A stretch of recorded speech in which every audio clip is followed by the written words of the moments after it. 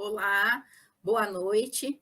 Sejam bem-vindos à quinta e última palestra da primeira semana da Saúde Única, Conquistas e Desafios. Então, hoje a palestra será com a professora doutora Laisa Bonella Gomes e a mediação vai ser feita com a presença da médica veterinária doutora Débora Silveira.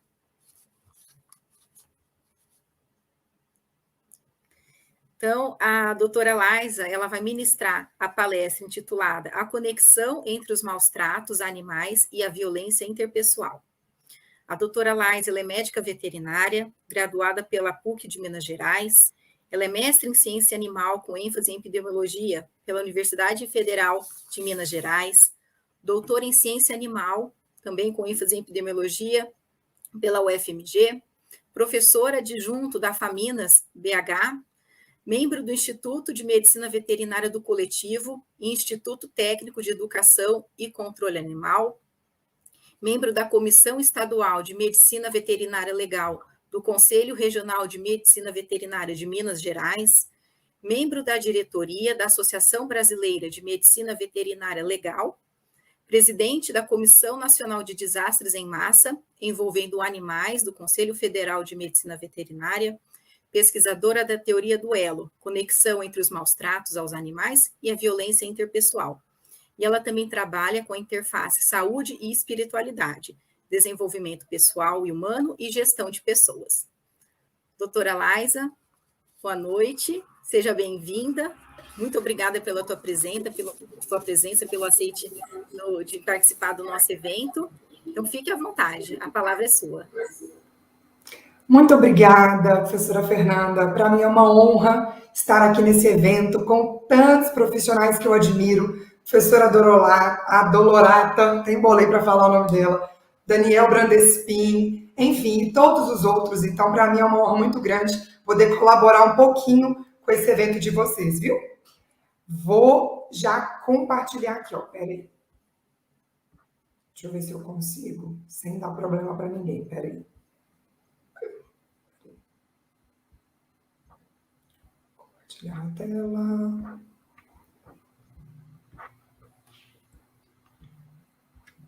Confirma para mim se está me vendo e vendo o slide direitinho. Sim, tudo direitinho. Tranquilo aqui. Então, tá bom. Excelente, gente. Antes de começar, antes de me apresentar novamente, eu preciso de falar para vocês que quando nós trabalhamos com maus tratos, com violência e com esse assunto que é tão complexo, eu tentei aqui extrair o resumo do resumo do resumo para trazer para vocês aqui hoje. Uma frase, ela sempre fica ecoando assim na minha cabeça, na minha mente, todas as vezes que eu sou chamada para falar sobre esse assunto. Não é o que pensamos ou o que dizemos que importa, é o que fazemos.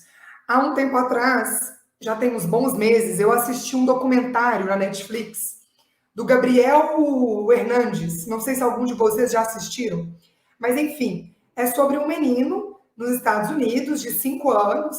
Ele sofre violência doméstica pela mãe, pelo padrasto.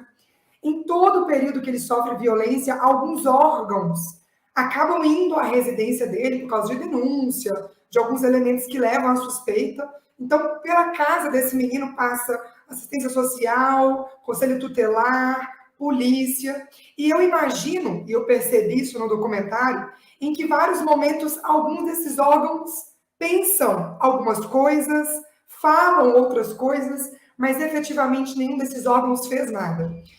E culminou no óbito daquela criança em virtude da tortura que ele vivenciava, não só física, mas tortura psicológica dentro do ambiente familiar. E por que eu estou falando isso? Eu já conhecia essa frase de John Webster antes desse documentário, mas depois desse documentário ela ficou ainda mais clara para mim. E ela fica clara todo o tempo. Todas as vezes que a gente vê na internet alguém ali que filma, que testemunha uma violência, alguma situação, todas as vezes que a gente acompanha algum caso, onde eu tenho dentro de um núcleo familiar, por um bom tempo, algum indivíduo ou algum ser vivo, inclusive um animal, sofrendo alguma violência, essa frase volta no meu pensamento. Então, há um tempo atrás, quando eu conheci esse assunto, foi em 2015, foi quando eu ouvi pela primeira vez uma palestra sobre esse assunto, eu senti um despertar para se trabalhar com esse assunto. Eu pensei, eu preciso fazer algo. Naquele momento que eu conheci esse assunto, eu tinha duas opções. Eu paralisava naquele desconforto e sim, esse assunto é muito desconfortante. Então, uma das primeiras coisas que eu já quero falar é: permita-se desconfortar-se. Em alguns momentos você vai sentir o incômodo, deixa esse incômodo chegar até você, porque eu sempre falo que a gente não sai do nosso conforto se algo não nos incomoda. A gente fica numa inércia até que algo passa a nos incomodar.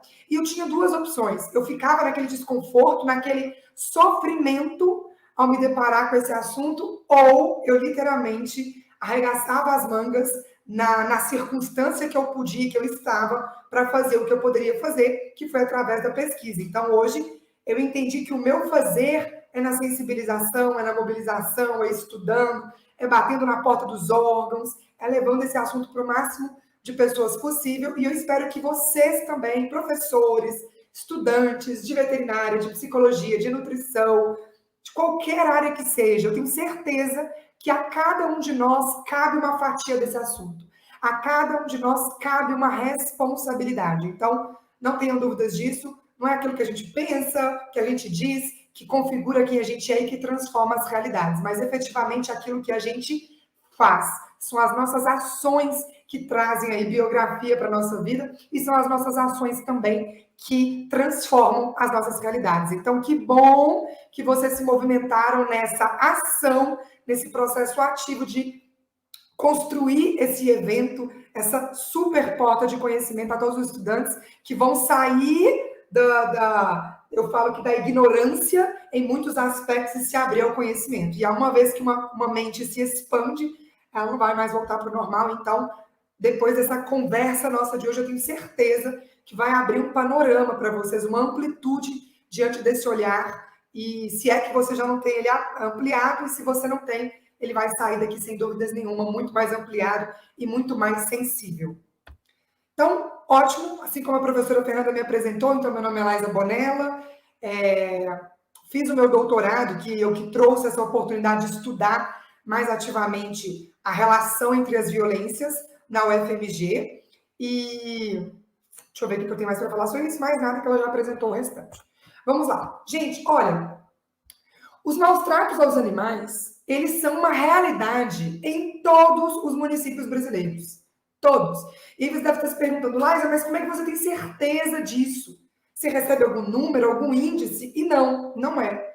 Embora eles aconteçam em todos os municípios brasileiros, eu já vou explicar por quê, essa é uma situação extremamente subestimada. Nós não temos recebimento de denúncias de forma homogênea nos municípios. Muitas das vezes são vários os canais de informação. Os canais, eles não se conectam num único ponto de recebimento. Não há um estudo epidemiológico por detrás desse índice, desse acontecimento de maus tratos nos municípios.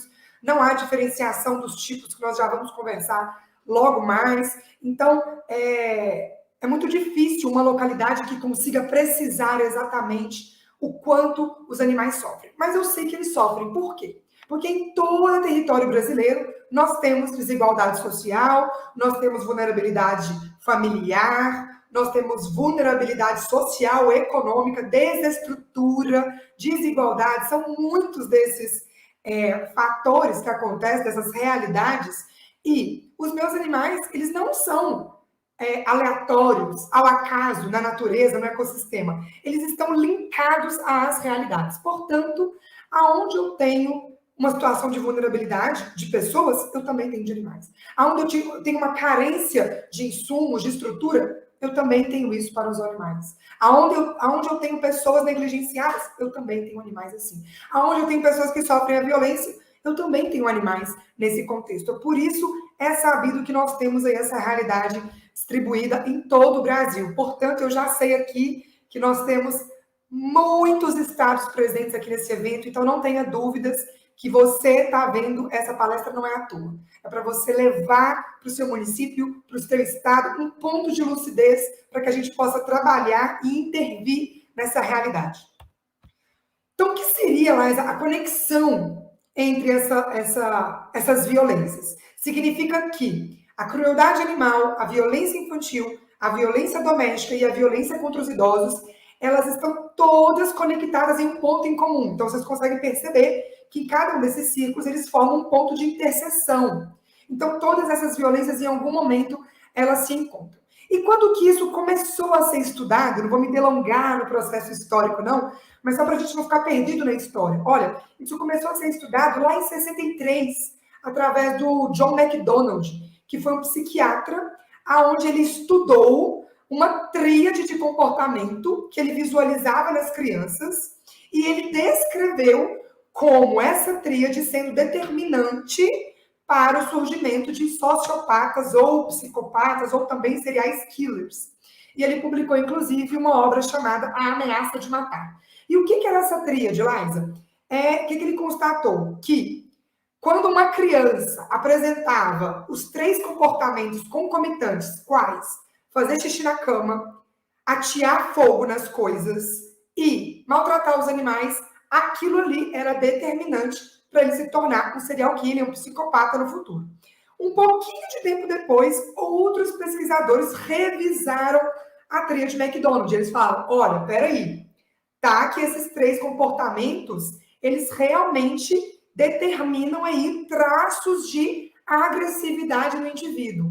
Mas a gente não pode generalizar, trazendo essa tríade como a certeza de um psicopata. Mas a gente pode, sim, entender que quando uma criança apresentar esses 3 comportamentos, tanto que ela foi chamada de tríade dos comportamentos a partir desse momento, ela sim pode indicar que aquele indivíduo tem traços agressivos, ele tem comportamentos agressivos. E um tempo depois veio o Fernando Tapia, que para mim ele fez um dos divisores de águas nas pesquisas mais importantes.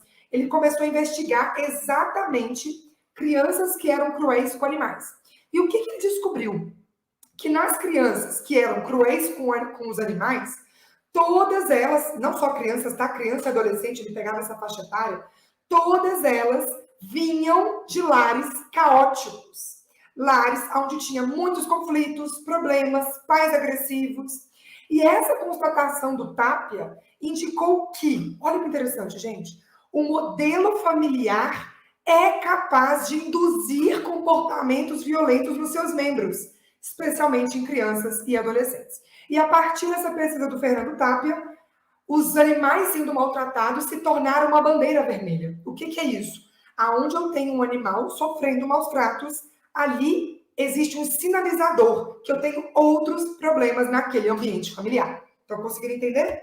Depois, mais futuramente, veio o Alan Feltos, que trouxe pesquisas brilhantes também. Ele trabalhou com população carcerária, então ele dividiu a população carcerária em dois grupos, os violentos e os não violentos. Ele descobriu que aqueles indivíduos violentos tinham um histórico de crueldade animal no período que eles eram crianças, adolescentes, tá? Então, e ele observou também que nesse grupo de pacientes psiquiátricos agressivos, eles tinham ali maior porcentagem de pais divorciados, pais alcoólatras, e também apresentava aquele comportamento que a gente mencionou no slide anterior, daquela tríade da enurese, atear fogo e maltratar animais. Depois ele fez uma pesquisa também super interessante, mostrando aí como que os maus tratos aos animais são um sinalizador de distúrbio no relacionamento familiar, o que deu ainda mais força para aquilo que o Tapia pesquisou. Ele mostrou, olha, além dos meus maus tratos indicarem que há um distúrbio naquela família, além disso, pode predizer comportamentos antissociais e agressivos no futuro. Então, vejam bem que interessante. Mas foi a partir da década de 80 que, de fato, apareceu-se o primeiro termo técnico nessa área, que foi o chamado link, de link. Então, esse termo foi instituído aí pelos pesquisadores Acione e Arco, e como que eles configuraram esse conceito, como é que eles trouxeram o significado do link. O link foi considerado como sendo um adulto que abusa de uma criança ou de um animal como resultado, então esse adulto faz isso como resultado dele ter sido testemunha de um abuso ou ter sido ele mesmo abusado. Então, olha que interessante. Um adulto comete um abuso, um maltrato, uma violência contra uma criança ou um animal, como resultado dele já ter vivenciado isso. Seja na própria pele, então ele foi a vítima, ou ele testemunhou. Então, olha que interessante. Ainda que eu tenha indivíduos que não sofram a violência, se eles testemunharem, se eles assistirem, eles também estão incluídos aqui nessa predisposição descrita pelos autores. O que eles trouxeram? Que violência doméstica, abuso infantil e crueldade animal estão intimamente conectados uns aos outros. E esse círculo, ele se continua até que ele seja quebrado. Então, olha que interessante, tudo aquilo que os psiquiatras vieram desde a década de 60 trazendo, eles conseguiram articular, conectar com outras pesquisas e com a consolidação desse material e trazer esse conceito para a gente. Aqui no Brasil, o link ele é comumente utilizado como sendo teoria do elo. E eu, à medida que eu estou trabalhando e estudando com esse assunto, eu já estou até trazendo, falando somente o elo ou então conexão entre as violências, porque teoria, né, nesse conceito que foi trabalhado, é como sendo algo que ainda está sendo provado e hoje não há mais dúvida. Isso de fato é uma verdade, né, uma ciência, não tem mais, não é mais uma hipótese que a gente fica conjecturando. Então, a conexão entre as violências ela é uma realidade a ser trabalhada, não só nos países norte-americanos, mas também aqui no Brasil. E aqui no Brasil, então, como eu acabei de falar, quando isso começou a ser estudado? Foi em 2011, lá em Pernambuco. A Maria Padilha, uma super pessoa, super pesquisadora aí, ela trouxe um livro, que é esse aqui, que vocês conseguem até achar disponível na internet em PDF, mostrando que 50% das mulheres que relatavam ser vítima de violência doméstica, elas relatavam que os seus animais também sofriam algum tipo de violência no ambiente de dentro de casa, no ambiente familiar.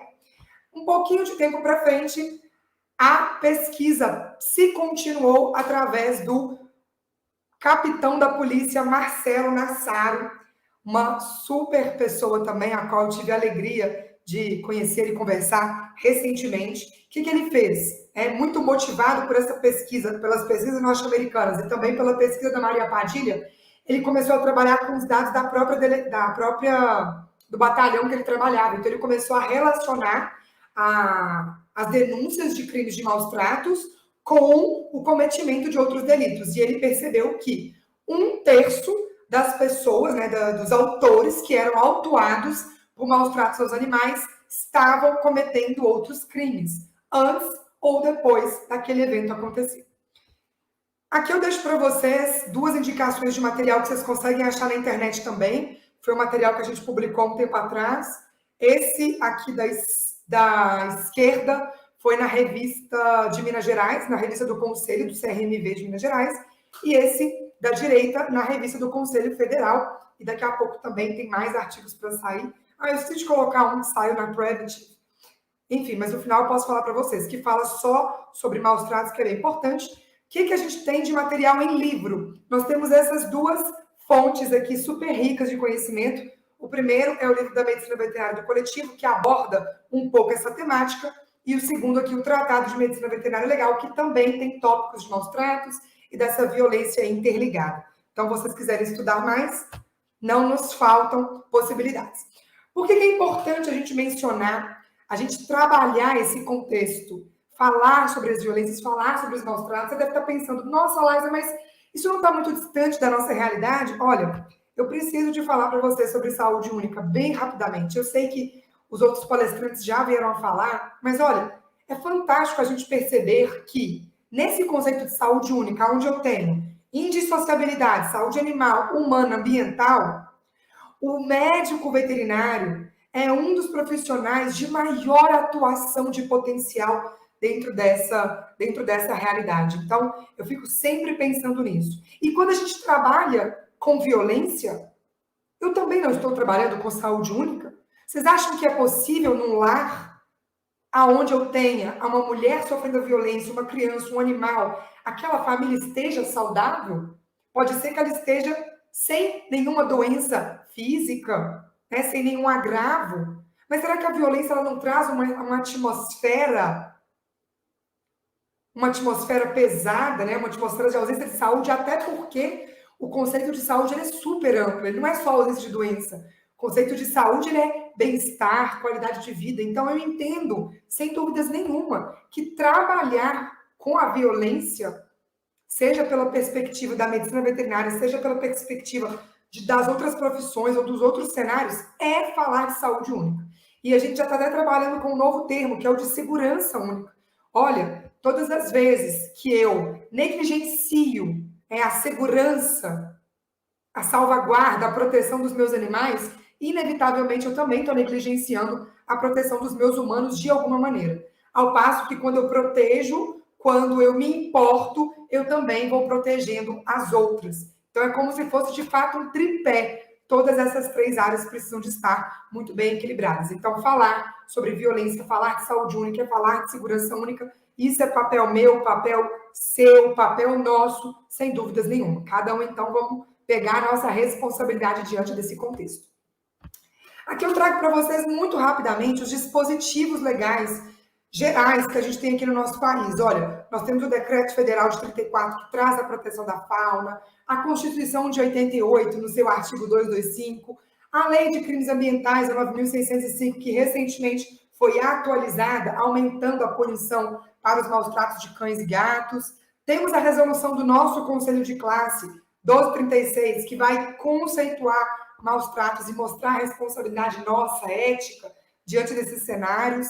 Aqui eu coloquei algumas legislações para vocês, bem em cinza aqui, porque referem ao meu estado, né, a Minas Gerais.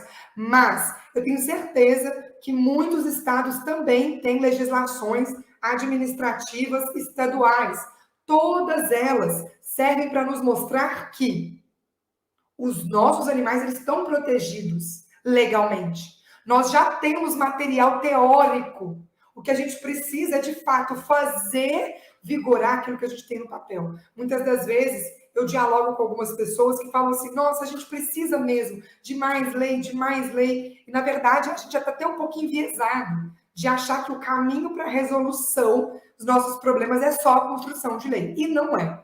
O Brasil, por incrível que pareça, já é um dos países onde a gente tem um substrato legal, um dos mais robustos. Olha, é o único país que tem na Constituição própria dos seres humanos a proteção também dos animais. Então, nós temos um substrato, não que isso não possa ser melhorado, pode sim, mas o que a gente precisa de fazer é nos atentarmos para aquilo que existe e fazer aquilo acontecer, fazer aquilo vigorar, é óbvio, com êxito, com qualidade, com coibição, com punição, com todos os elementos que estão dentro desse universo.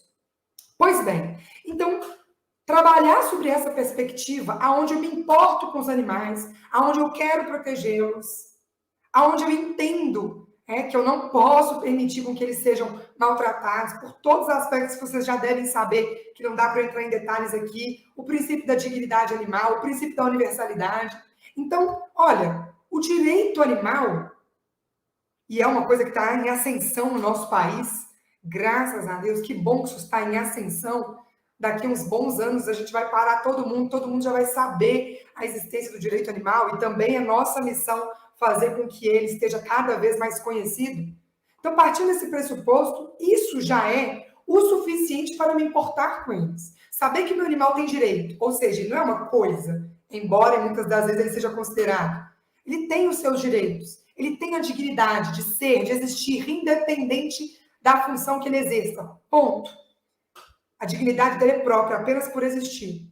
Isso já é um ponto, digamos que rico, justificável o bastante para que a gente se esforçasse. Mas esse ponto não é o único. Nós temos ainda um segundo ponto, que é a questão de que os meus maus-tratos na sociedade, eles não são um fator isolado.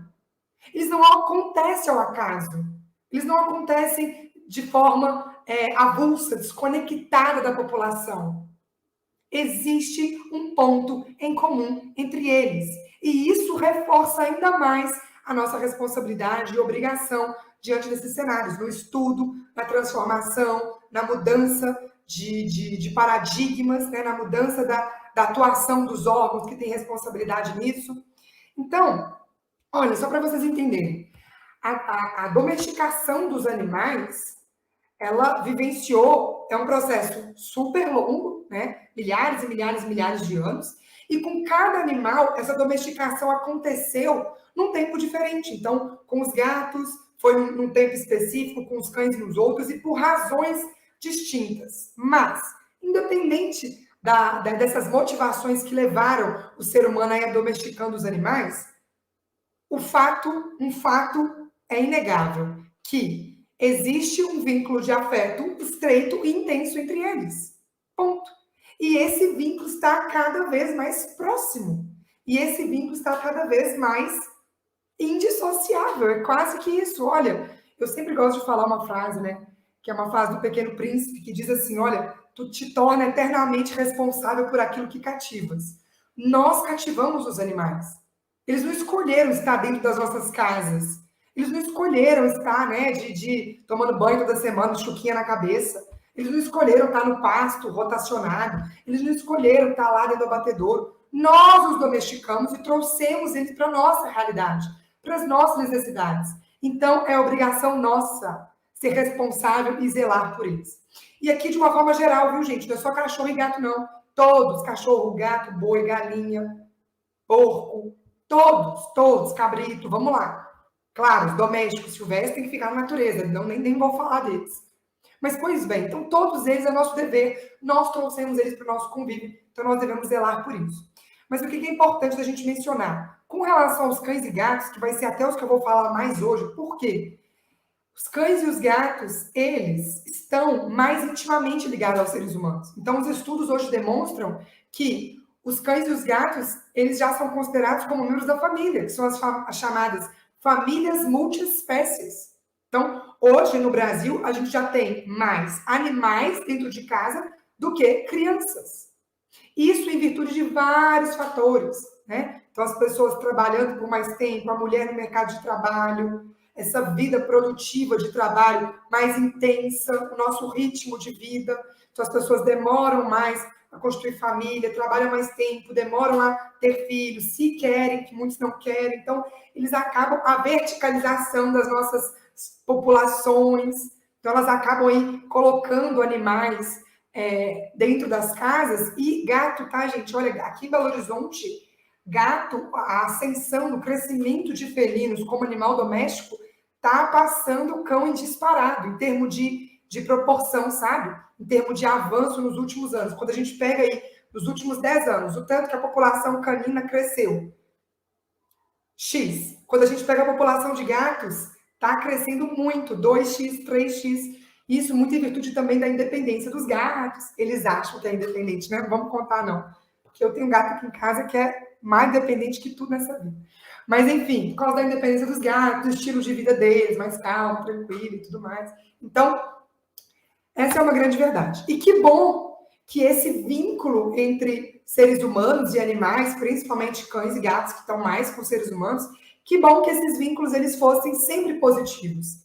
Mas, infelizmente, não é. Então, nós temos aí, a gente fala que é uma relação negativa entre seres humanos e animais. E quando isso acontece, a gente entra no enquadramento aí dos maus tratos. Então, todas as vezes que tem essa relação que gera um tipo de prejuízo para o meu animal, a gente entra na situação de maus tratos. Olha, Lais, o que seriam os maus tratos, então, só para a gente nivelar também o conhecimento? Maus tratos, gente, é qualquer dano intencional, negligência, omissão, uso indevido, abusivo de um animal, que vai resultar num sofrimento para ele, seja físico ou emocional. E os maus tratos, eles podem ser definidos como ação ou uma omissão, ou uma negligência, tá? Pode ser também algo abusivo, enfim, que no final das contas vai gerar um prejuízo para a vida daquele animal, um prejuízo para o bem-estar e para a qualidade de vida. Quais são os tipos de maus tratos? Vou trazer aqui rapidamente, porque a gente não pode confundir isso, porque entender isso tem a ver com o órgão que eu vou acionar, que eu vou ligar, tem a ver com o tipo de punição, tem a ver com desdobramento. Então, basicamente, existem aí 2 tipos de maus tratos, tá? A negligência e a crueldade. A negligência é um ato de... é uma falta de cuidado. É quando eu deixo de fornecer necessidades físicas, emocionais, água, comida, sombra, cuidado veterinário, afeto, proteção do sol. Então, todas as vezes que meu animal não tiver com alguma necessidade sendo suprida, seja por uma negligência mesmo, seja por uma omissão, aqui eu vou até estratificar esses 2 conceitos, todas as vezes que ele estiver na situação, ele está numa situação de negligência. A crueldade é quando eu tenho uma decisão, então quando eu tenho ali o meu livre-arbítrio, né, uma intenção de gerar dor, sofrimento, angústia ou a morte de um animal, incluindo nesses aspectos o abuso físico, o abuso emocional, psicológico, sexual. Então, olha que interessante, gente. No Brasil, a negligência, não tinha passado ainda, né? No Brasil, a negligência é o tipo mais comum. 80% dos maus tratos no Brasil é a negligência. Então, são esses animais que sofrem em virtude daquele contexto a qual eles estão relacionados. O que é crime? De acordo com os nossos dispositivos legais. É a crueldade. A crueldade ela é crime por quê? Porque como tem a intenção, os nossos dispositivos legais, para considerar algo crime, eles partem da intenção, que é o chamado dolo. Então, aqui no Brasil, crueldade é crime. E aí você deve estar se perguntando, vou falar rápido para eu já pular de slide. Mas, Laisa, toda negligência, ela nunca vai ser crime? Depende. É uma linha muito tênue que separa uma negligência, que é em virtude de falta de educação naqueles assuntos, falta de informação, vulnerabilidades, desigualdade, falta de condição. Então, existe essa negligência, que é a mais comum, e existe uma negligência que a gente já passa até falando juridicamente para o campo da omissão, e que cai na situação de dolo eventual, que é quando a pessoa, o animal está numa situação desse tipo de maus tratos ali, que eu mencionei, mas ela sabe, ela tem condição de mudar aquela realidade, ela não muda.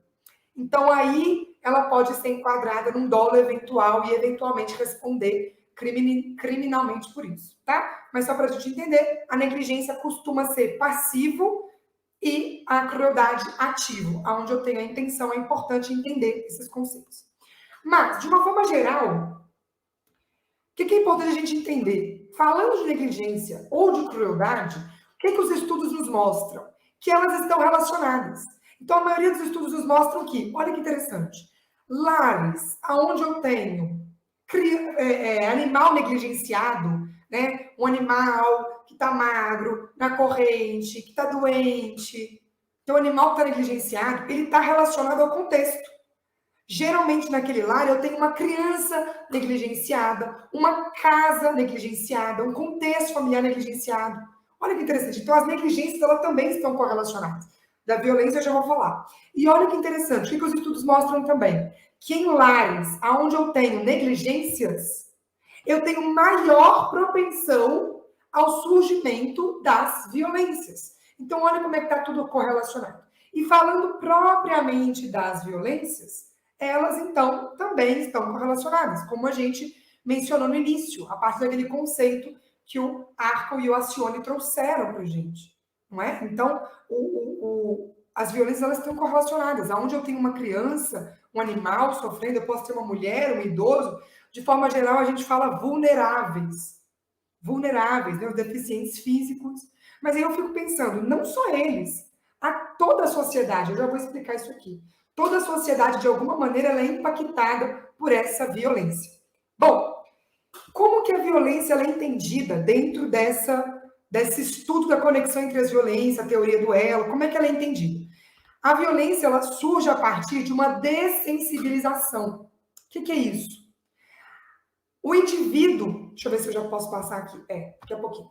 O indivíduo, quando ele é criança e adolescente, ele vivencia alguns elementos no ambiente dele familiar, com aqueles parentes próximos, não vou nem configurar mãe e pai, mas enfim, aquela experiência parental ali com seus parentes mais próximos, ele vivencia alguma experiência ali ruim que afete-o afetivamente, literalmente. Então, através de um afeto negativo, esse indivíduo é afetado e ele se dessensibiliza para a questão da violência. Então, é como se ele estivesse falando, para a gente entender, um interruptor mesmo, assim, no nível do sistema nervoso dele central, e que tornasse ele mais insensível à vida, à dor, ao sofrimento do outro. E essa dessensibilização, ela não é seletiva. O que os estudos mostram? É que ela é ampla. Ela não é uma dessensibilização seletiva. Eu sou insensível com a garrafinha, só com a garrafinha. Com as demais realidades, eu sou super sensível. Não é isso. Não é isso que os estudos de décadas mostram. Mostram que quando o indivíduo ele tem ali uma característica de insensibilidade, por alguma razão que eu já vou mencionar quais podem ser, ele vai expressando essa insensibilidade para a vida, para a dor, para o sofrimento, para com o outro, de diversas maneiras ao longo da vida. Em maior ou menor grau. Não dá para a gente definir, porque cada caso é um caso. Pois bem, então, a etiologia da violência, ou seja, como é que essa violência surge, ela tem caráter multifatorial. São vários fatores. Não existe um elemento. Laísa, qual o elemento-chave? Talvez a gente precisasse detectar qual elemento-chave seria uma experiência na fase de criança e adolescente, principalmente numa fase que a gente chama de... Os psicólogos que estão aí não me deixam mentir. Numa fase que a gente chama de... Como é que é, gente? Socialização primária ali das crianças, né? Que é uma fase onde ela está com o sistema nervoso dele todo ali aberto aos conhecimentos, ao afeto, a tudo aquilo ali. Ela tá tendo impressões ali do mundo. Essa é uma fase ainda mais perigosa, né? Que vai até os 7 anos, mais ou menos, ali do indivíduo. Olha, nesse período, tudo que o indivíduo vivenciar vai ter um impacto muito grande na vida dele. Mas, enfim, não é só esse elemento, né? Vários elementos podem estar envolvidos configurando a violência. Mas o que os estudos demonstram? Que experiências primárias parentais envolvendo a violência, traumas na fase infanto-juvenil, Laços afetivos débeis, o que é isso? A criança olha ao seu redor e ela não reconhece um rosto que lhe seja recorrente familiar. Então, um dia ela está com uma pessoa, um dia ela está com a outra, um dia está com outra. A fraqueza nos vínculos, tá?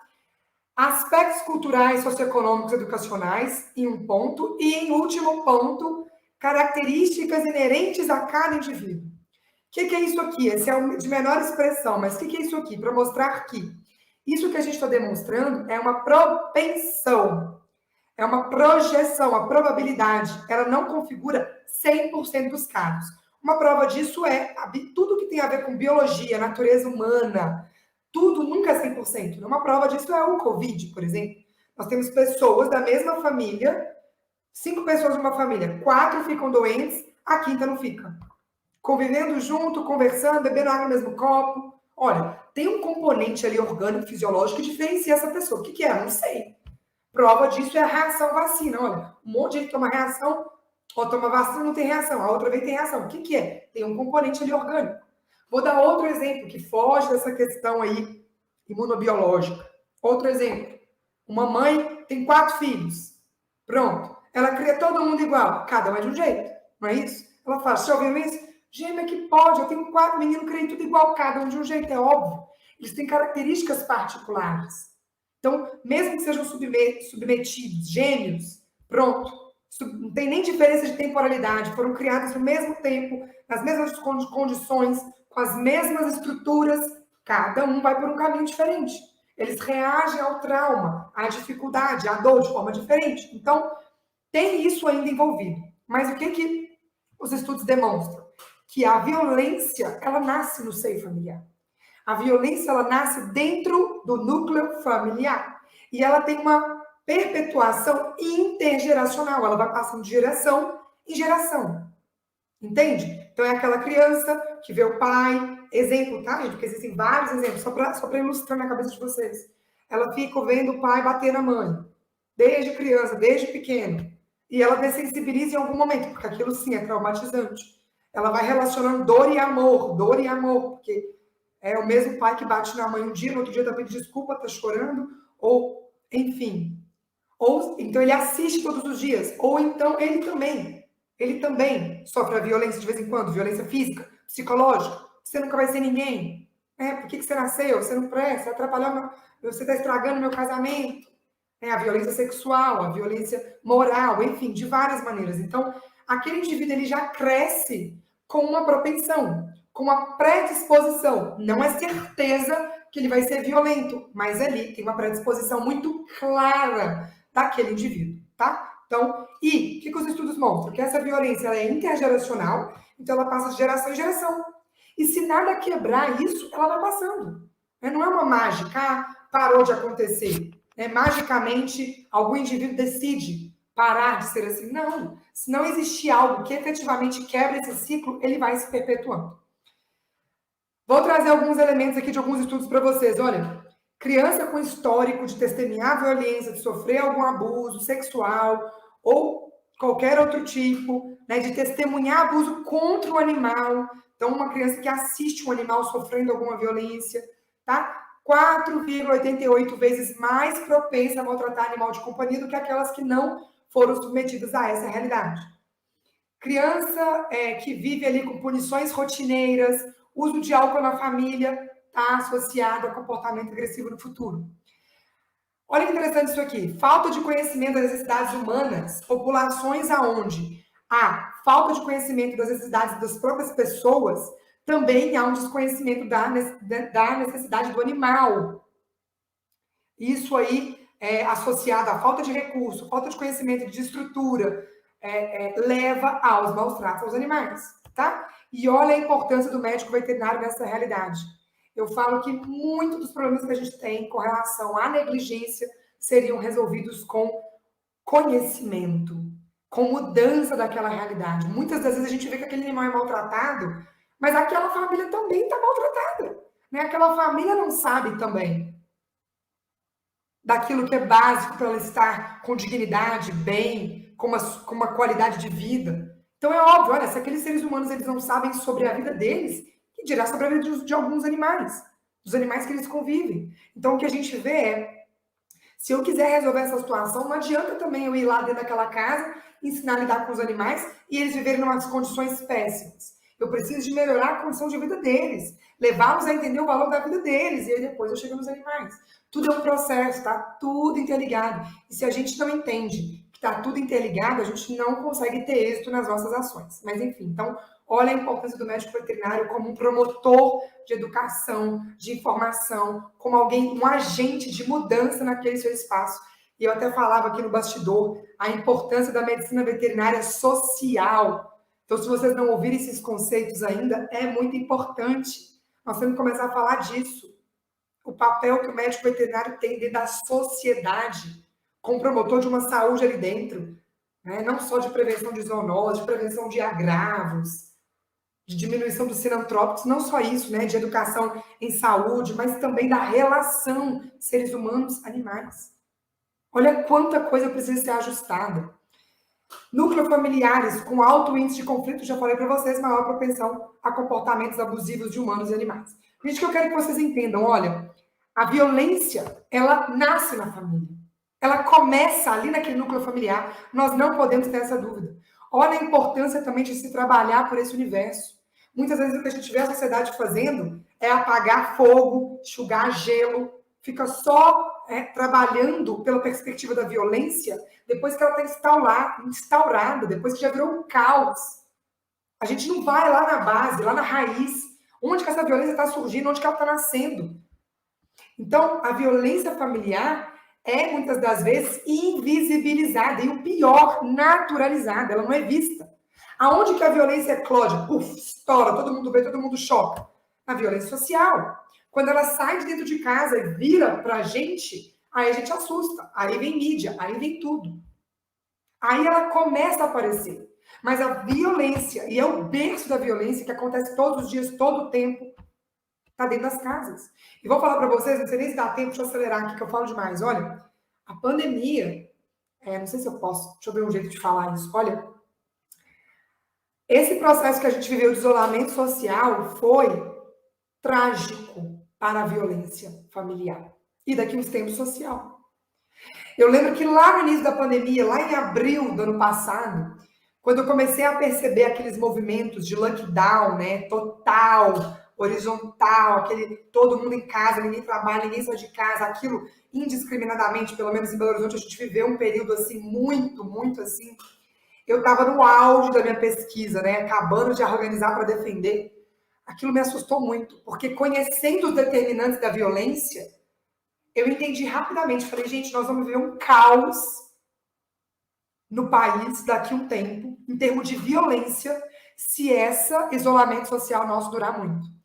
E assim, dito e feito. E aí as pessoas que eu conversava na época falavam assim, você tá doida, você tá estudando tanto violência, você tá ficando biruta da cabeça, para de viajar. O problema agora é o Covid, Eu falei, realmente, eu não tô fazendo vista grossa pro Covid. Total, é um problema real. Mas eu tô querendo dizer que se a gente não pensar bem nas medidas, daqui a um tempo o Covid vai passar, outros problemas mais graves vão ficar e a gente não vai nem lembrar que foram por causa disso. E aí não demorou muito tempo, depois de 5, 6 meses, final de 2020, começaram a aparecer várias reportagens aqui em Minas Gerais, no Pará, São Paulo. Eu não sei se eu coloquei aqui na apresentação, tem apresentação que eu levo, tem apresentação que eu não levo, porque eu gasto muito tempo falando disso. Mas a violência, ela cresceu muito, né? Violência contra crianças sobe 4 vezes em tal lugar. Violência contra os idosos sobe para um índice que nunca antes foi visto. Violência contra a mulher, ONU alerta violência contra a mulher. E aí eu falo para vocês, entendendo isso que a gente já está conversando, olha que interessante. Essa violência que é familiar hoje, então hoje eu tenho aqui a violência aumentando dentro de casa. Crianças assistindo, crianças sofrendo violência. Daqui 10 anos, essas crianças estão aonde? Na sociedade.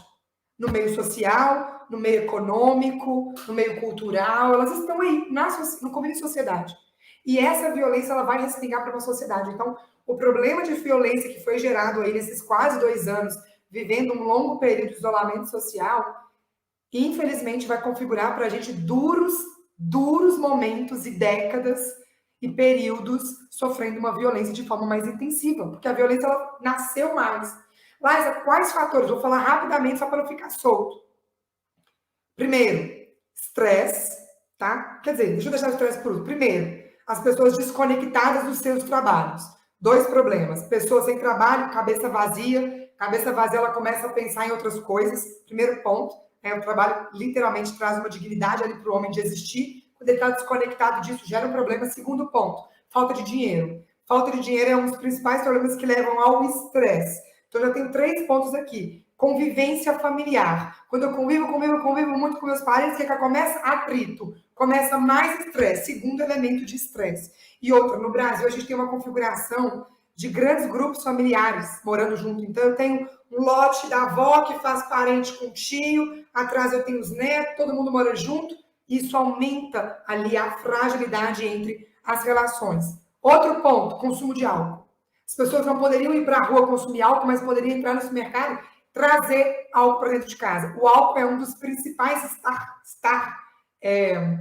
starts, né? Eu invento as palavras, os starts para a violência acontecer. Então, olha o tanto de fator que eu tenho. O limiar das pessoas, é óbvio, né? Juntou estresse, falta de dinheiro, todo mundo junto em casa, o menino estava na escola, estava dentro de casa, aprontando, aquela confusão, né? Os maus tratos aos animais de dentro de casa aumentaram. Quantas crianças, quantas mulheres, quantos idosos, estupro aumentou, abuso sexual. Então, isso é uma tragédia, tá? Eu tô falando para vocês aqui em primeira mão, isso é triste. Mas então, essa violência, nós não podemos permitir que essa violência familiar fique invisibilizada. Né? Então, ela é uma violência de todos os dias que passa despercebida, inclusive contra os animais. Então, o que chega na mídia dos animais? São aqueles casos chocantes que foram filmados, que foram em ambiente público. Mas aquele passa cachorro todos os dias de dentro de casa, né? Aquele balde de água gelada, passa, né? Aquele óleo quente na roça, sai para lá. Não é isso? Né? Aquela comida estragada, aquele chumbinho, aquele chute, aquele arremesso, gato é muito vítima. Já vou falar do meu trabalho, deixa eu acelerar aqui. Então, tudo isso acontece. Aqui só alguns exemplos de reportagem, eu vou pular. A gente teve um aqui muito emblemático de um homem que foi preso, não por causa dos animais, mas por causa da ameaça, ele foi preso por matar 3 filhotes de cães à paulada e ameaçar testemunhas. E ele foi preso por causa da ameaça. Então, o mesmo indivíduo, e ele fez tudo isso na frente de uma criança de 7 anos. E diante desse caso complexo, a gente conseguiu reunir no município aqui de Minas Gerais, da região metropolitana, todos os órgãos públicos para conversar sobre isso. A gente colocou aqui defesa... Perdão, estou com um desastre na cabeça, já ia falar defesa civil, eu misturo as coisas, desculpa. A gente conseguiu colocar aqui Secretaria de Educação, Assistência Social, Conselho Tutelar, Polícia Civil, Polícia Militar,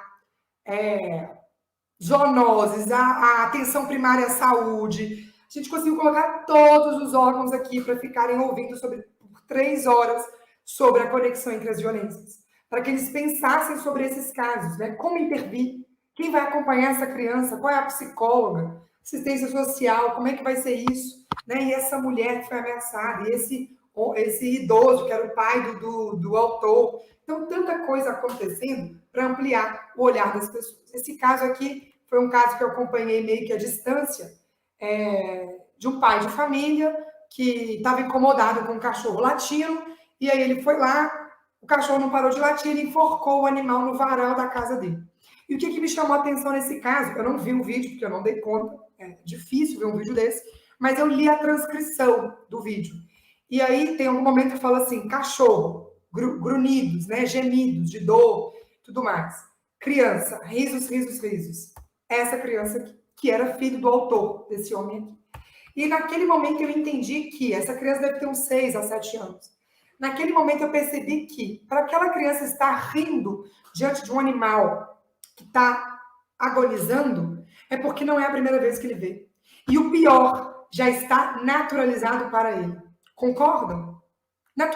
Ele já viu o sofrimento algumas vezes. Está natural para ele. E eu pergunto para você, daqui 10 anos, ele vai estar com 17, por exemplo, ele já está, né, no seu convívio social, muito antes disso. Muito antes disso, ele já está convivendo com outras pessoas. E essa violência? Será que ela só fica dentro de casa? Então, percebam que é uma violência que nasce dentro da família e ela transcende para a sociedade. O que tem sido feito?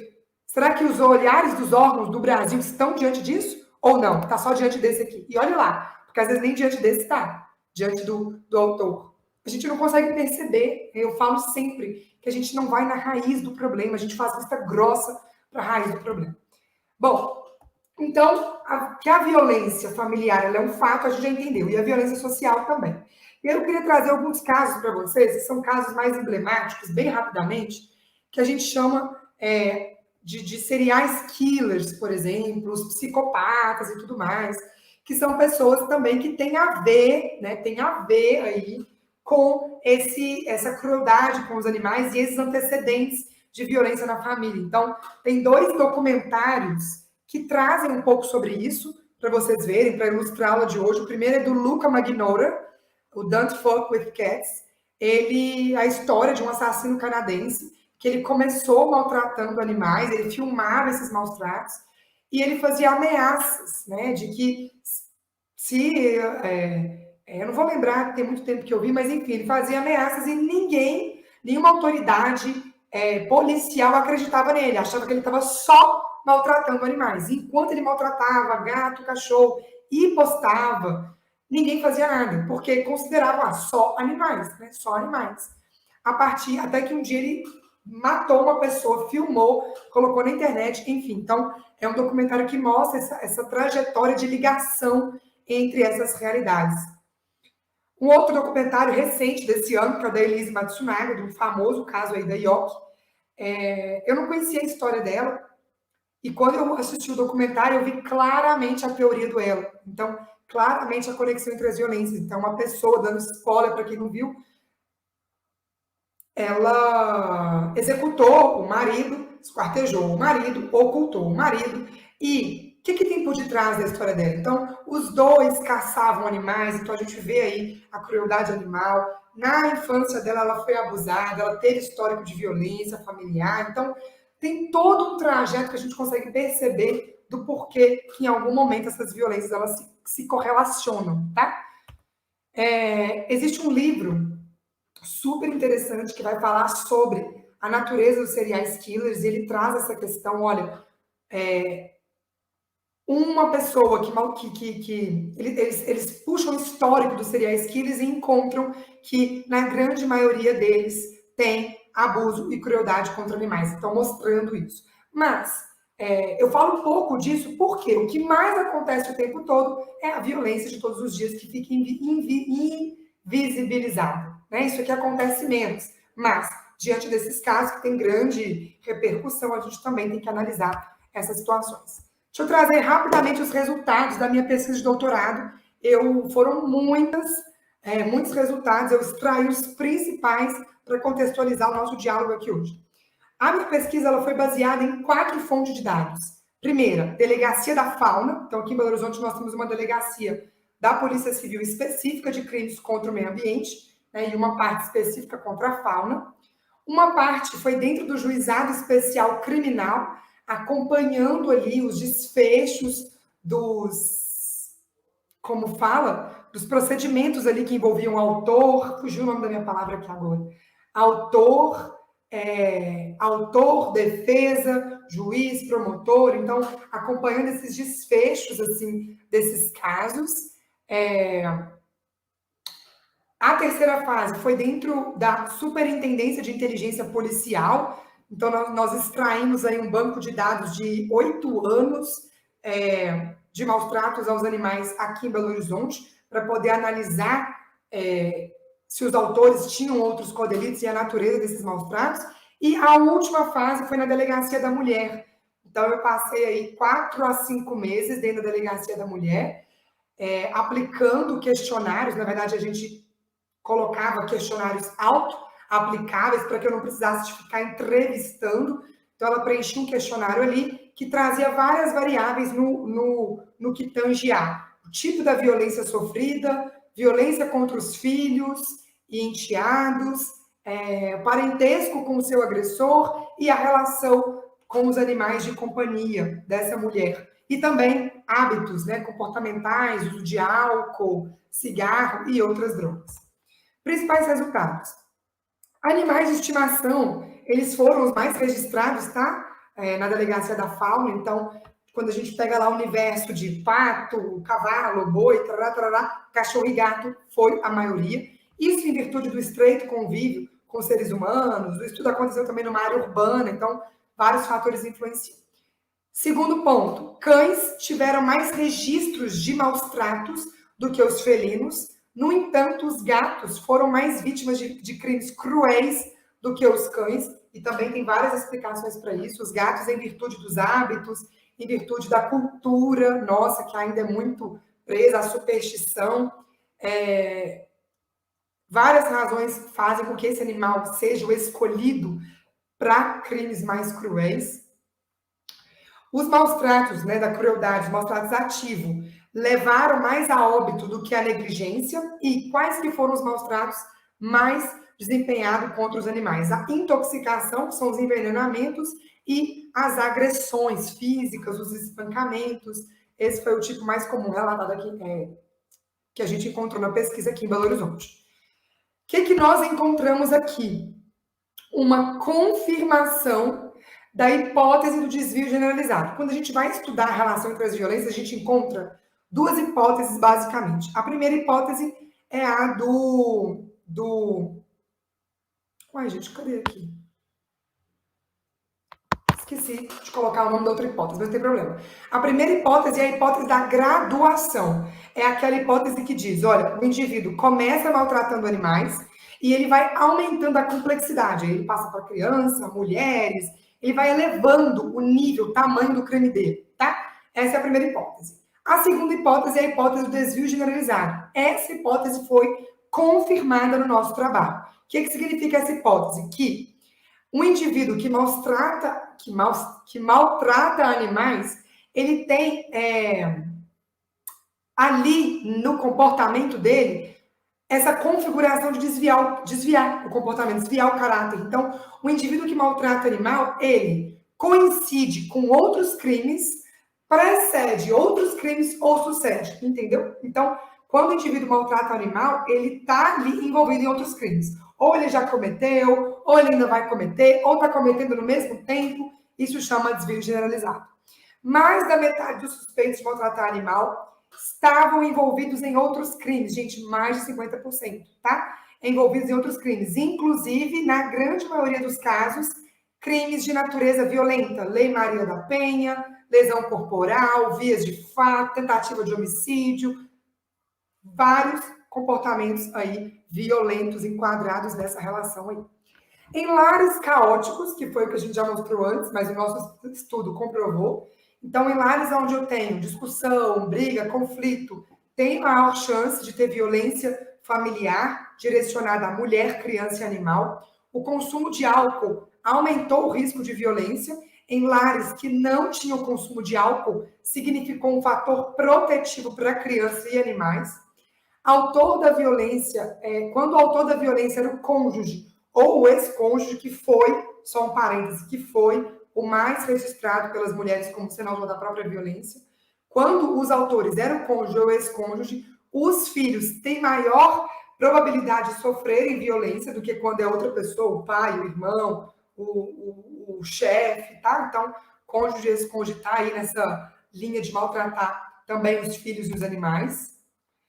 E aí, com essa conclusão aqui, a gente chegou no entendimento de que os maus tratos aos animais, eles devem ser trabalhados como um marcador de violência familiar, né? Um precursor dessas violências ou indicador de outras formas de criminalidade. Ou seja, gente, os meus maus tratos aos animais não acontecem aleatoriamente. Eles estão relacionados ali àquele contexto ali, por isso a gente precisa de voltar ao nosso olhar.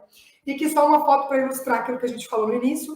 Aonde eu tenho um animal em sofrimento, eu tenho uma bandeira vermelha, é a ponta do iceberg. Por detrás disso, eu tenho criança sofrendo, idoso, mulher e toda a sociedade de uma maneira geral.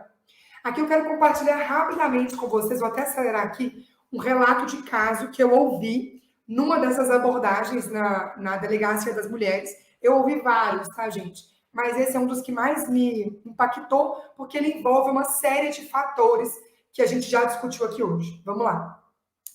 Eu tenho uma filha de 7 anos, meu ex-marido, o pai dela, me violentava na frente dela, me espancava, então ela sempre me via apanhando muito.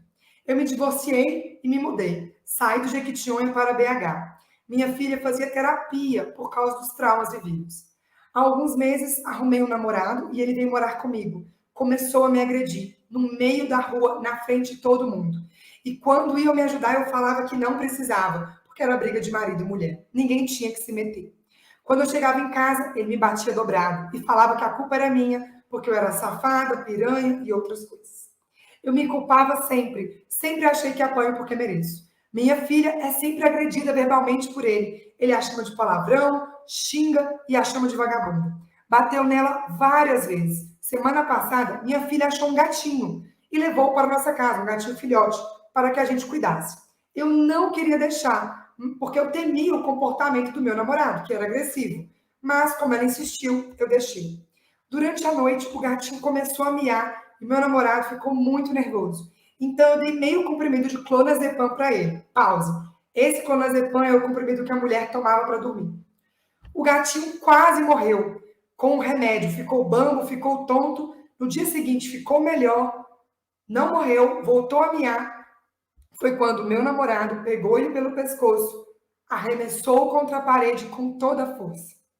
A minha filha desmaiou na hora, tamanho choque. O gatinho ficou ferido, mas não morreu.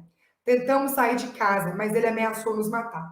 Foi quando a minha filha, chorando, me pediu: Mamãe, eu não quero mais morar com ele, vamos embora. Então, decidi vir à delegacia. Há um tempo já tinha feito boletim de ocorrência, mas eu tirei, porque ele falava que ia mudar, pediu desculpa, acreditava, mas depois ele me batia, me arrastava pelos cabelos ainda mais. Encontrei nas coisas dele vários boletins de ocorrência de namoradas anteriores. Estou com medo de voltar para casa hoje, não sei como farei. Essa hora a gente respira fundo, dá vontade de levar para casa da gente, né? Gente, esse caso é muito interessante, porque eu quero que vocês pensem rapidamente. Olha, uma mulher que tem um marido que bate nela, sai de casa, uma filha que assiste tudo isso, arruma outro namorado que bate nela, que bate na criança, arruma um animal que sofre agressão, ela acha nas coisas do namorado o boletim de outros namorados, ela achava que ela merecia apanhar, tá. Gente, vocês não conseguem ver um ciclo aí? Muitas vezes a gente pode pensar assim, nossa, mas que mulher é essa? Deve gostar de apanhar? Não é isso que a gente deve pensar? Essa mulher deve gostar de apanhar? Olha, a gente nunca pode colocar sobre o outro um julgamento a partir da nossa história. Provavelmente essa mulher não deu para eu conversar com ela e perguntar, porque ela falou de livre espontânea vontade tudo isso, mas provavelmente, o que vocês acham que ela viveu quando ela era criança, adolescente? Para ela achar que ela merece apanhar? Para ela achar que toda relação de afeto dela tem que envolver violência? Porque se ela vai repetindo isso, percebem? Será que ela também não foi testemunha de violência? Os estudos mostram que quando alguém é vítima de violência ou testemunha de violência quando é criança ou adolescente, essa pessoa se torna mais vulnerável a ser uma vítima, porque ela não sabe reconhecer quando tem algo desajustado. Então, olha que interessante. Além dela potencialmente ser uma pessoa agressiva, ela também se torna uma vítima em maior potencial. Conseguem perceber isso? Gente, eu sei que é triste trazer isso aqui. Quem dera que esse fosse o único caso, né? São vários casos como esse, que ficam aí o tempo todo acontecendo. Enquanto a gente está dando essa palestra, infelizmente, muitas mulheres estão sofrendo violência, muitas crianças, muitos animais. Bom, e aí eu queria já encaminhar para essa nossa finalização pensando numa frase de uma pesquisadora norte-americana. Ela fala assim, olha, abordar os crimes contra os animais não são uma distração da segurança pública. Pelo contrário, abordá-los é essencial para garantir a segurança pública. E eu observei muito isso quando eu ia fazer meu doutorado, abrir as portas para o meu doutorado. Muitas portas se fecharam antes de se abrir. E sempre o discurso era o mesmo: a gente não tem tempo, a gente já está muito ocupado com as pessoas. E essa frase ela é uma chave, né, para essa questão. Olha, quando a gente volta o nosso olhar para os animais, eu também estou garantindo segurança pública. Então, não é uma distração. Ei, gestores públicos, não é uma distração, é urgente a gente voltar o nosso olhar. E para que a gente já comece a pensar qual que é o papel do médico veterinário diante de tudo isso, que é mais voltado para vocês, mas para todas as profissões também há um papel nesse universo. Primeiro, uma pessoa que vai detectar, que vai começar a perceber essas realidades. Segundo, um educador. Então, seja um educador, um sensibilizador, alguém que abre a mente das outras pessoas, alguém que bate na porta do órgão público. Né? A universidade é uma porta incrível para isso. Faz um grupo de estudo, um grupo de extensão, vai na prefeitura, vai na polícia, vai na promotoria, vai na assistência social, apresenta esse assunto, propõe parceria, propõe um diálogo, propõe uma rede de enfrentamento. Nós podemos fazer, tá? O médico veterinário é um dos principais atores para promover, sabe o quê?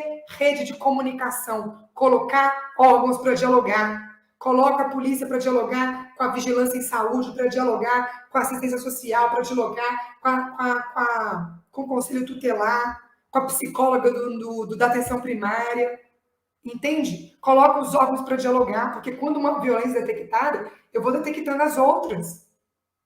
Coloca o agente de saúde, né, que vai lá na casa para olhar a dengue. Por que ele não pode, além de olhar a dengue, perceber que o braço da criança está roxo? Não é isso? Por que ele não pode? Ele percebe que o braço está roxo e comunica com outro órgão. Outros órgãos podem atuar, podem fazer intervenção. Por que quando o agente comunitário de saúde não vai lá observar a vulnerabilidade da família, não pode olhar que o cachorro está com uma ferida, está com a coleira apertada e ligar para algum outro órgão, liga para a zoonose, liga para a vigilância, faz uma comunicação, gente, olha, nós precisamos de ocupar esse espaço. E em terceiro passo, intervir. Como intervir? Cada um vai descobrir uma maneira de intervir, seja na clínica, quando você recebe a suspeita de maus tratos, seja na saúde pública, quando você é acionada com alguma situação dessa. Seja em qualquer área que você tiver, é o meu papel e é o seu papel estar diante disso. Gente, e aí quando eu penso em julgamento, olha, é muito comum que a gente conte casos de maus tratos, conte situação de vulnerabilidade familiar e de violência familiar, tem sempre alguém com o dedo apontado, como eu falei anteriormente. Essa mulher deve gostar de apanhar. Ah, mas que absurdo. Ah, mas ela lá. Olha, se tem uma coisa que eu aprendi com a minha vida, né, e foi um grande ganho, é jamais julgar o outro. Quando a gente julga o outro, a gente coloca sobre o outro uma roupagem que é da minha história. Ninguém conhece a história de ninguém. Eu, Liza, tenho uma história, a professora tem outra, a Willa tem outra. Cada um tem um, então a gente não pode julgar e apontar o dedo. E a gente não sabe o que cada um de nós viveu. E uma coisa é verdade. Por detrás daquele que fere há sempre uma ferida. Pode parecer clichê, mas não é. Quando a gente trabalha com as violências, não é clichê. Aquele que fere passou por algo. E a gente tem que ampliar o nosso olhar, sim. Porque suponhamos que essa mulher que eu li o depoimento dela aqui, ela peça uma medida protetiva contra aquele namorado dela. O que ela achou na gaveta dele? Um montão de boletim anterior. A medida protetiva não realmente, né? Ela vai pedir ali, sei lá, 500 metros de distância entre o agressor e a pessoa, entre a fulana A. Mas ela não impede a distância entre a Maria, a Joaquina, a Paula. Nada mudou no comportamento desse agressor. Será que o nosso olhar tem que ser sempre só de punição? Só de punição? Será que a gente não pode pensar em quebrar o ciclo de violência? Educação humanitária, ressensibilizar esses indivíduos, fazer outros tipos de trabalho. Aqui em Belo Horizonte a gente tem um projeto, né? Que ainda não foi executado por causa da pandemia. Mas já está pronto o projeto, é só executar. Que é de educação humanitária para autor de maus tratos. Que é ensinar eles a valorizar a vida. Que é ensiná-los que eles também são amados. Porque em algum momento da vida dele ele não foi amado. E ele achou que a vida era assim, era dor, era ofensa, era violência, era agressão. Como é que você pode ensinar para alguém que a vida do animal tem valor? Eu vi isso no juizado criminal. Chega lá a pessoa que dá uma paulada na cabeça do cachorro. Eu estou olhando para a pessoa, ela não é capaz de olhar no meu olho, olha. Como é que você vai falar para ela, ah, é um crime, babá, você não pode fazer isso com o animal, babá. Ela acha que ela não tem valor. Ela cresceu num contexto de desvalorização. Não que eu esteja justificando, hein? Não é isso. Ninguém aqui tem que ter síndrome de Gabriela, nascer assim, crescer assim, vou morrer assim. Não. Mas isso é um elemento para a gente pensar. O que vamos fazer para quebrar ciclo de violência? O que a gente vai fazer nas escolas? Está cheio de criança que vê violência em casa. O que a gente vai fazer para ressignificar a vida? Ressensibilizar. Há muito o que fazer. Então, sempre pensem nisso, né? Suspendam os seus julgamentos e passam a, de fato, pensar o que a gente pode fazer para transformar, e não só apontar o dedo e não só reclamar, mas para transformar aquela realidade. Olha, gente, a sensibilidade é o combustível da alma. é a qualidade humana que permite a você reverenciar o que é belo. E isso é libertador, porque nos liberta da dor, literalmente. Então, eu sei que é um assunto duro, difícil, mas eu não queria que vocês terminassem ele com uma visão entristecida. Eu queria que vocês terminassem com esperança. Foi a esperança que me movimentou lá em 2015, com que eu quisesse estudar isso, não só para a minha vida acadêmica, mas como missão de vida. Porque sempre há uma esperança. O dia que a gente perder a esperança, acabou tudo, né? Então, qual que é a ideia aqui hoje? Que vocês olhem para essa realidade que é dura, que é difícil, que nos assola, mas que enxerguem que há possibilidade de transformar. Não percam a sensibilidade. Não paralisem na dor, não paralisem no que não funciona. Quantas vezes a gente fala assim, o ser humano não tem jeito. Eu não acredito mais na bondade. Não façam isso. Não permitam que os olhos de vocês sejam ilubriados pela dor, pela desesperança, pelo aquilo que é mal no mundo, porque a bondade ela é infinitamente superior. Infinitamente. Então, olhar para aquilo que é belo, né, que é bom no ser humano, liberta quem a gente é e nos move a fazer a diferença por onde a gente passar. E vocês, se olharem para a vida com um olhar de esperança e estiverem dispostos a levar esperança por onde vocês passarem, não tem erro, né? Qualquer caminho que vocês percorrerem vai ter êxito, vai ter vitória, vai ter sucesso. Queridos, estou à disposição para perguntas nesses 10 minutos, 15 minutos que eu tenho. Se eu não conseguir responder todas as perguntas hoje, já deixo aqui disponível meu Instagram, @LaisaBonella, podem me seguir, eu fico muito feliz que vocês me acompanhem lá. Também posso tirar dúvidas por e-mail, laisabonella@hotmail.com, e estou disponível. Muito obrigada pela atenção.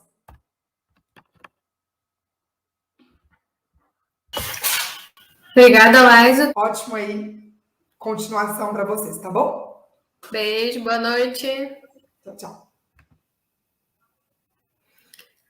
Pessoal, antes mesmo de fazer o sorteio, eu e a professora Fernanda, que acho que já vai entrar aqui junto comigo para a gente fazer alguns agradecimentos. A gente realmente gostaria de agradecer a todo o público, tá? Nós da organização, a gente está muito contente, né, Fernanda?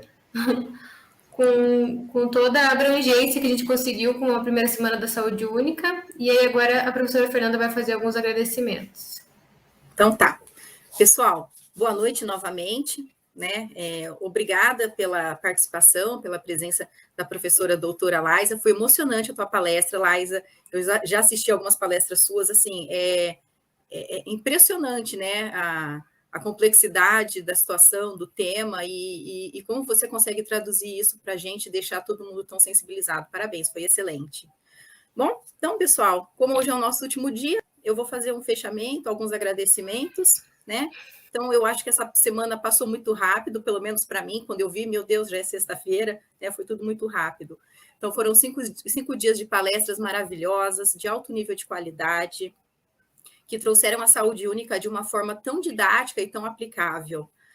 Então, eu quero agradecer aos cinco palestrantes, né, que estiveram conosco durante essa semana, pelos ensinamentos, pela generosidade, pela simpatia com que nos receberam e conversaram, né, com o público, e principalmente por mostrar a importância da saúde única, né, de colocar em prática essa saúde única e como fazer isso, né, através da experiência de cada um deles. Então, é muito importante esse conhecimento, essa noção da comunicação entre os diversos setores da sociedade. Acho que isso ficou bem claro para a gente, né? A importância dos diversos profissionais atuando, trabalhando e se reconhecendo, né, conjuntamente. Então, a importância do trabalho multidisciplinar, o trabalho interdisciplinar.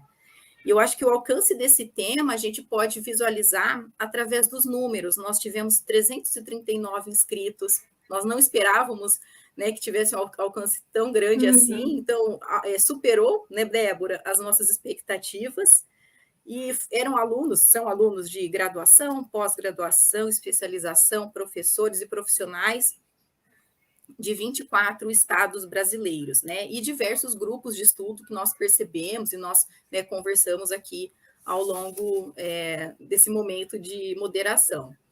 Então, eu acho que a grande lição que fica, né, na minha opinião, ninguém faz nada sozinho, né? Nós não resolvemos os problemas isoladamente.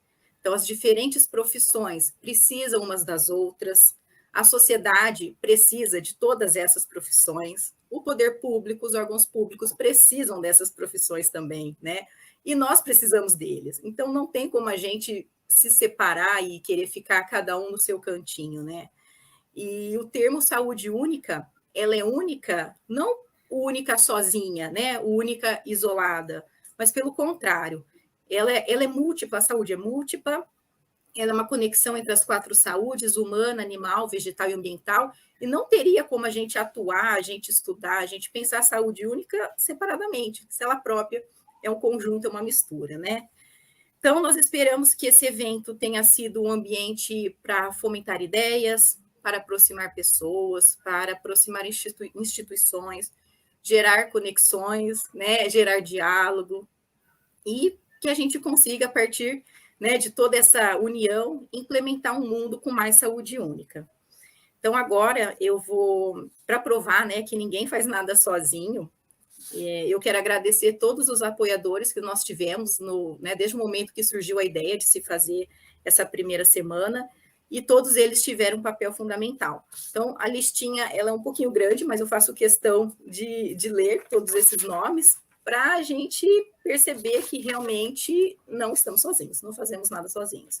Então, eu gostaria de agradecer a equipe que organizou esse evento, as professoras Natasha, Cerezéria, Lenice Gonzalez e Marta Felberg, as nossas residentes, a Débora Silveira, que, aliás, parabéns, se mostrou uma excelente moderadora, Débora, adoramos a tua Eu que agradeço a oportunidade, Fernanda. Foi excelente. A Willa Medeiros, a Bruna Draber, a Daniele Bondan, os alunos de graduação, o Lucas Rocha e o Moisés Sávio, que fizeram toda a função da transmissão, nos deixaram super tranquilas, né? Que eles tomaram conta de toda essa função para a gente, nós não precisamos nos estressar com essa função da transmissão. Muito obrigada, viu, meninos? Foi um prazer, foi muito legal trabalhar com vocês. A Carolina Schiavon, a Jaqueline Barros e a Leandra Dota. E, lógico, todos os outros alunos, né, professores, membros do NESO, tá? Vocês estão aqui com a gente, do coração da gente, do pensamento da gente, durante todo esse momento do evento. Vocês estão, né, não fisicamente, mas vocês estão em pensamento junto com a gente esse momento todo. E também gostaria de agradecer à Universidade Federal de Pelotas, a Pró-Reitoria de Extensão e Cultura, a Faculdade de Veterinária da UFPEL, o Programa de Residência Multiprofissional em Área da Saúde e o Programa de Pós-Graduação em Veterinária da UFPEL. E os nossos apoiadores, o Grupo de Estudos em Tecnologia e Inspeção de Produtos de Origem Animal, da UFG, o Grupo de Estudos sobre Zoonoses, da UFO, o Grupo Germinar Educação sobre Inspeção e Segurança de Alimentos, o Laboratório de Micologia da Faculdade de Medicina da FURG de Rio Grande, o Laboratório de Inspeção de Produtos de Origem Animal da UFERSA, o Portal Saúde Única, a Editora UFPEL, a Linha UFPEL, o 4º Congresso Internacional de Saúde Única, o SUS para a Veterinária, em nome da Jaine Vasconcelos, a médica veterinária organizadora, e o curso oferecido pela Camila Beatriz Bonato. Então, muito obrigada pela parceria, pelos brindes, né, que foram sorteados. Então, e lógico, né, super importante, está por último, mas exatamente por ser, né, o mais importante, a gente quer agradecer a presença de cada um de vocês, que se inscreveram, que participaram ativamente nos chats, né, Débora? Nós estávamos conversando entre nós, que o chat estava bem agitado, o pessoal fazendo perguntas, então a gente conseguia ter uma interação legal, né, via chat, então muito obrigado vocês que fizeram tudo isso, né? E, enfim, que interagiram, vocês que interagiram, que também criaram conexões, que trocaram experiências, né? Porque sozinhos nós não fazemos nada. Então, para finalizar, eu, em nome do grupo, né, do Núcleo de Estudos em Saúde Única, nos colocamos à disposição para qualquer necessidade que vocês precisarem. Então, também coloco a Faculdade de Veterinária e a UFPEL também à disposição, caso vocês precisem, tá bem? Então, nós esperamos, né, Débora, que em 2022, né, a ideia é essa, né, nós organizarmos a 2ª Semana de Saúde Única, e aí logicamente, nós gostaríamos de ter todos vocês novamente conosco e trocando nesse ambiente de conexão. Que essas conexões criadas agora, elas não terminem aqui, né? Elas possam seguir ao longo do tempo, tá bem? Então, um abraço a todos. Débora, se você quiser fazer mais algum comentário, fica à vontade. Eu só gostaria de complementar, né? Na verdade, essa questão toda do êxito da primeira semana da saúde única só deixou o gostinho de quero mais, né? Então, a gente vai fazer de novo, a gente trabalhou bastante para isso, se dedicou, e a gente até gostaria de enfatizar para outros grupos que pretendem fazer esse tipo de evento, ou eventos com educação em saúde, que arregassem as mangas e façam, porque dá certo e é muito gratificante, é muito bom. Não só ver os números, mas também a qualidade que foi essa primeira semana da saúde única, e tudo isso fica provado com as interações que a gente teve. E até com as visualizações dos vídeos lá no YouTube, tá? O pessoal vai ficar disponível para todo mundo, os vídeos vão ficar lá ad eternum, para quando quiserem estudar sobre isso, relembrar ou repassar para alguém, para todo mundo ter acesso a esses vídeos que ficaram muito bons, né? As palestras em si. Então, muito obrigada a todos. Pessoal, muito obrigada, um abraço para todo mundo e boa noite. Até a próxima. Eu vou realizar o sorteio da última inscrição, então. A última inscrição para o 4º Congresso Internacional de Saúde Única, né? Como eu tinha sorteado ontem outra inscrição, é um evento que é pago. Então, eles disponibilizaram para nós 2 inscrições. Só vou compartilhar minha tela aqui para vocês verem o sorteio.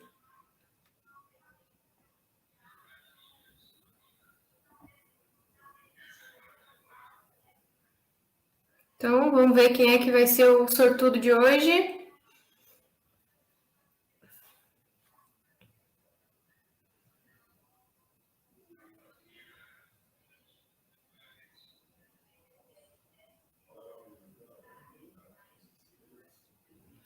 Fernanda Paula da Silva Torres, parabéns, tu foi sorteada. Então, a gente vai te colocar em contato com a comissão da organização do simpósio, tá? Parabéns e uma boa noite a todos.